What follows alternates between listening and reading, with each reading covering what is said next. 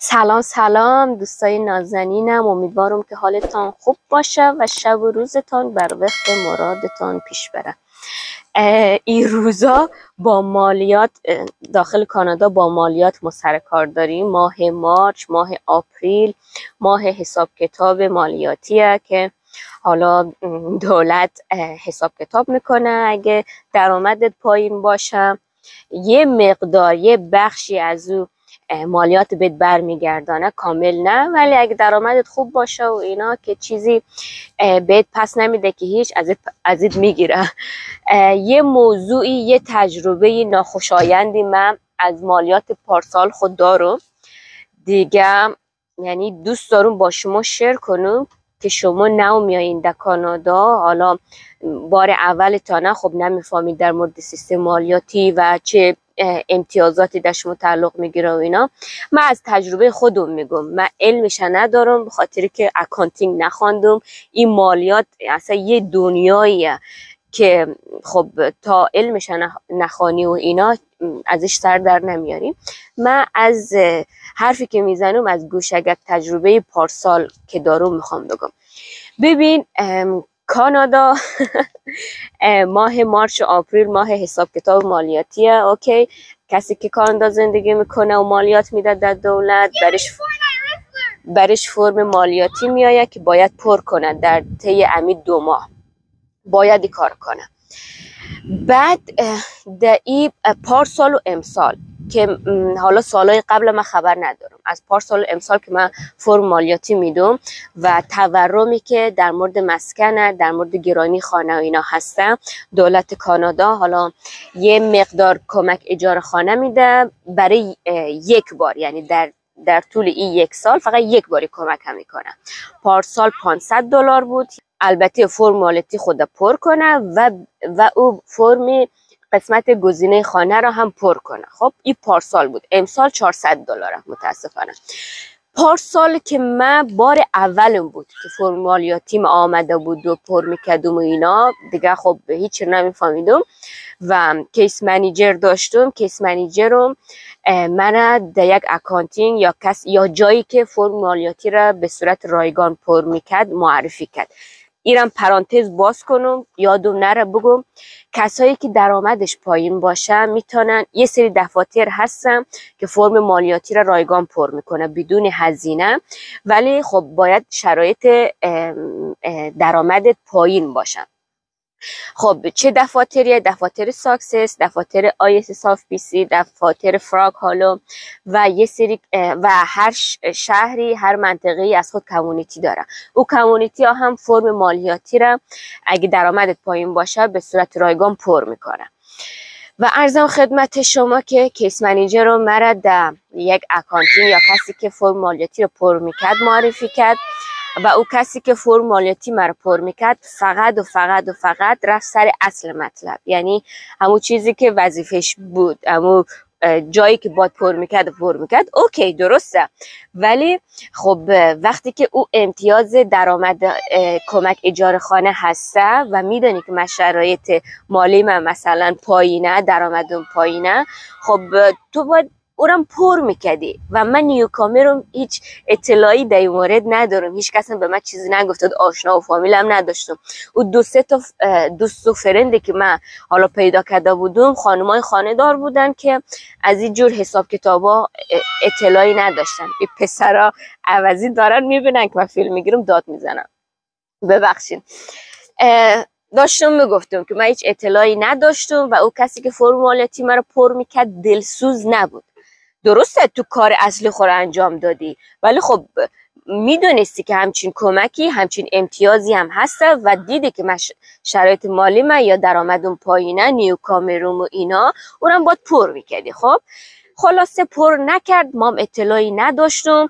رفت چند روز مانده بود که این قضایا، این تایما خلاص بشه، من خبر شدم که اوه همچین امتیازی، همچین $500 هم دولت داره میده و ما باید رو پر کنم. ولی خب تایم خلاص شده بود و هیچ کاری از من بر نمی اومد و او $500 یعنی مثل آب خوردن من از دست دادم، در حالی که به من تعلق می گرفت. حالا هدفم از این گفتن چیه؟ خب میخوام بگم شمایی که قصد آمدن به کانادا دارین، شمایی که تازه آمدین در کانادا ویدیو من دارین میبینین، موقعی که فرم مالیاتی آمد حواستون باشه که این گزینه بنفیت خانه را هم پر کنید. او را اگه پر کنید دولت در سیستم نگاه میکنه، خب درآمدت پایین باشه فوراً یعنی به صورت اتومات در حسابت میاد. و من حالا پارسال که همچین تجربه بدی داشتم، $500 از دست من رفت. امسال هم حالا شرایط گرانی و اینا هسته و امسال دوباره هم دولت کانادا گفته که من $400 کمک اجاره میدم برای کسایی که لو اینکام باشه و باید این فرم پر کنه. خوشبختانه امسال با یکی آشنا شدم که هم اکانتینگ خوانده، هم کارش تکس پر کردنم و جدا از او خیلی شخصیت شریف و مهربان و حالا انسان دوسته و اینا که کمک میکنه و برایم گفت که اگه میخوای فرم مالیاتی تا من پر میکنم، به خاطری که اگه جای دیگه بری که رایگان برات پر میکنه اونا دلسوز نیسته و سرسری فرم مالیاتی تو رو پر میکنه و به احتمال خیلی زیاد او گزینه‌ای که او بنفیتی که در کمک اجاره هست رو برات پر نمیکنه. دقیقاً مثل پارسالم، یعنی حرفش واقعا درست بود که باز من برایش گفتم راست میگی، چون من پارسال که حالا فرم مالیاتی من یه جایی که مثلا رایگان پر کرد او را واقعا پر نکرده بود و $500 من از دست دادم. خلاصه چون حالا آشنام هستیم، دوستم هستیم و جدا از اون هنوز سر درآمد نیامدم و اینا و خب انسان شریفی هم هست، امسال فرم مالیاتی مرا رایگان پر کرد و او گزینه کمک اجاره خانه رم پر کرد و ظرف 10 روز همون پولی که گفته بودن بر مستقیم در حساب من واریز شد. خب من اگه ای را پارسال میفهمیدم که اونایی که رایگانی کارو میکنن پر نمیکنن یا دلسوز نیستن و اینا، یا ای که خودم یادآور میشدم که او گزینه را بر من پر کنن، او گزینه رو بر من پر کنن، یا ای که خودم حاضر بودم او $50 بدم که $500 گیرم بیاد. ببین $50 کجا، $500 کجا؟ $50 میدادم ولی $450 فایده میکردم. من اگه میفهمیدم پارسال حتما این کارو میکردم، ولی خب نمیدونستم. میخوام بگم شمایی که امسال پر میکنید، حالا اگه جایی میرید که رایگان پر میکنه اوکی برید، ولی خب دش یادآور شین که اون گزینه رو پر کنه. ولی اگر حالا میخواین خیالتان جمع بشه از این موضوع که واقعا دشما پر شده، بریم $50 حالا خرج کنین چون ارزش داره و امسال $400 او $400 در حسابشو برمیگرده.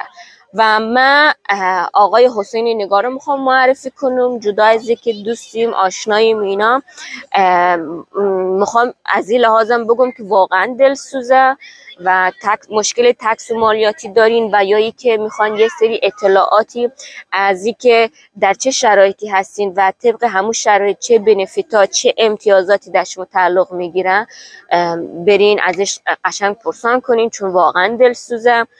و شرایط از شما را اگه سر درآمد باشین که اوکی تکس مالیاتیشی پر کردنش $50، در غیر از او اگه سر درآمد نباشین شرایط از شما را دیده، حالا منصفانه و عادلانه و مهربانانه با شما برخورد میکنه و حالا دستمزد خودم میگیره و اینا. من آقای حسین نگاه معرفی میکنم، شما تلفنش اینجا میذارم، کسایی که ونکوور زندگی میکنن در بی سی هستن. حالا این چیز مالیاتی ببخشین چی میدونم حرفم تبلیغاتی نیست که بگم فلانی دزمای همچین حرفی رو زدن، نه، چون من میشناسمش که انسان خوبیه و انسان منصفیه و دلسوزه و خب بنفیت هایی که در شما تعلق میگیره در شما میاد میگه دیگه، دل شما با اسکیل شما میکنه نمیکنین، ولی من ایرم واقعا تایید میکنم. حالا اگه مرا قبول دارین که اوکی، حالا ندارینم دقیقه حرف من نشید. اوکی، من این چیزا را لازم دانستم بیارم در شما بگم، چون واقعا پارسال $500 که دست ما تعلق میگیرد، ولی از دست مرد واقعا دلم درد گرفت. خب اینجا $1 واقعا ارزش داره. $500 بود، پول کمی نیست برای من. خب پول کمی نیست، چون شرایط کار و بیکاری و اینا واقعا سخته دیگه. امیدوارم که حرفای من، این تجربه‌ای که داشتم که آمدم با شما شیر کردم در شما خوب باشه. این مسیری که من رفتم، این اشتباهی که من کردم و شما نکنین، خدای نخواسته دیگه. پیروز و موفق باشین. شب و روزتون بخیر. خداحافظ.